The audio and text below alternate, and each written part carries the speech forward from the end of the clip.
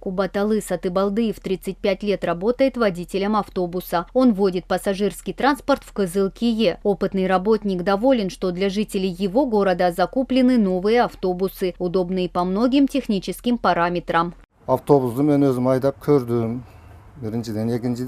Я уже немного поводил новый автобус и могу сказать, что по сравнению с предыдущей партией эти автобусы намного лучше. Комфортабельный салон, имеется кондиционер. В старых автобусах людям было тяжело ездить в жаркое время года. Думаю, что в этих автобусах будет ездить намного лучше и нам, и пассажирам.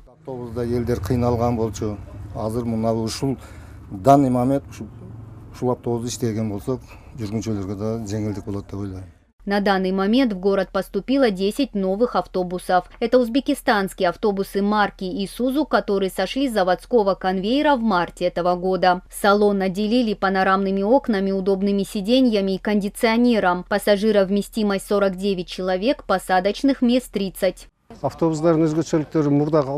Автобусы, которые поступили в прошлый раз, предназначены для поездок внутри города, а эти новые автобусы рассчитаны на пригородные и междугородние маршруты. Они собраны в марте 2025 года. Мы приняли решение запустить их как внутри города, так и за городом. Сиденья у них мягкие, удобные.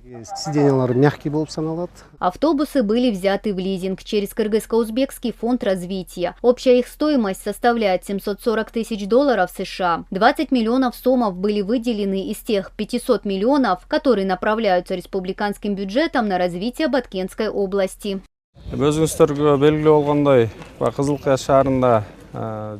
Население города Кызылкия официально составляет более 70 тысяч человек, но фактически здесь проживает намного больше людей, поэтому город нуждается в новых автобусах. Они будут ездить не только внутри города, но и по междугородним линиям, например, в Кадамджай, Раван и Ноокат. Это связано с тем, что наши жители там тоже работают. Благодаря новым автобусам в муниципальном автотранспортном предприятии Кызылкии создано еще 18 рабочих мест. До этого там работали 38 человек. Напомним, в 2023 году мэрия через УКФР уже получала 10 автобусов и 2 мусоровоза. Мадина Низамова, Адыл Оразалиев, Татыбүбү Кенжеакунова, Эльтер, Баткенская область.